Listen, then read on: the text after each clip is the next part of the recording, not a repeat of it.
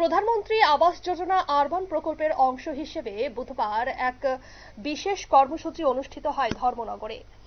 আবাস মেলা ও অঙ্গীকার অভিযান 2025 এই দুই প্রকল্পকে সামনে রেখে নাগরিকদের মধ্যে সচেতনতা বৃদ্ধি ও সরকারি প্রকল্পের সুবিধা পৌঁছে দেওয়ার লক্ষ্যে আয়োজন করা হয় এই অনুষ্ঠানটির। ধর্মনগর পৌর পরিষদের উদ্যোগে এবং পৌরসভা চত্বরে অবস্থিত অরধেন্দু ভট্টাচার্য স্মৃতি ভবনে দুপুর 12টায় অনুষ্ঠানের সূচনা হয়। উপস্থিত ছিলেন ধর্মনগর পৌর পরিষদের সভাপতি, সহ সভাপতি, পৌর পরিষদের সদস্যবৃন্দ, পৌর প্রশাসনের বিভিন্ন বিভাগের আধিকারিক ও কর্মীরা। কি জানাচ্ছেন অনুষ্ঠান থেকে বক্তারা শোনাবো।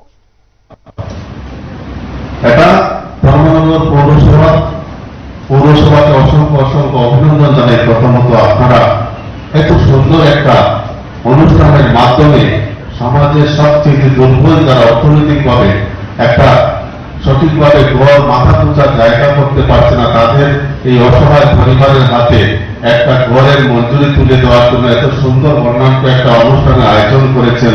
আমি নত মস্তিষ্কে আপনাদেরকে আমি প্রণাম জানাচ্ছি।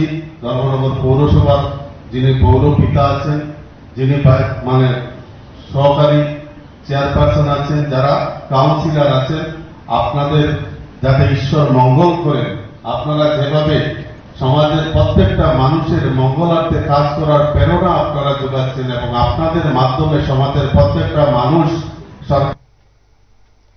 আপনারা শুনলেন সংশ্লিষ্টদের পক্ষ থেকে বক্তব্য, যেখানে অঙ্গীকার অভিযান কেবল আবাসন নির্মাণের জন্য সীমাবদ্ধ নয়, এটি একটি সমন্বিত সামাজিক উন্নয়ন কর্মসূচি, যেখানে প্রত্যেক নাগরিকের জীবনযাত্রার মানোন্নয়নকে লক্ষ্য করে স্বাস্থ্য, শিক্ষা, পরিচ্ছন্নতা ও আর্থিক নিরাপত্তার বিষয়গুলিকে একত্রে যুক্ত করা হয়েছে। বিভিন্ন সরকারি প্রকল্পে কিভাবে আবেদন করা যায় সে বিষয়ে দিক নির্দেশ করেন এবং প্রয়োজনীয় নথি যাচাইয়ের সহায়তা করেন।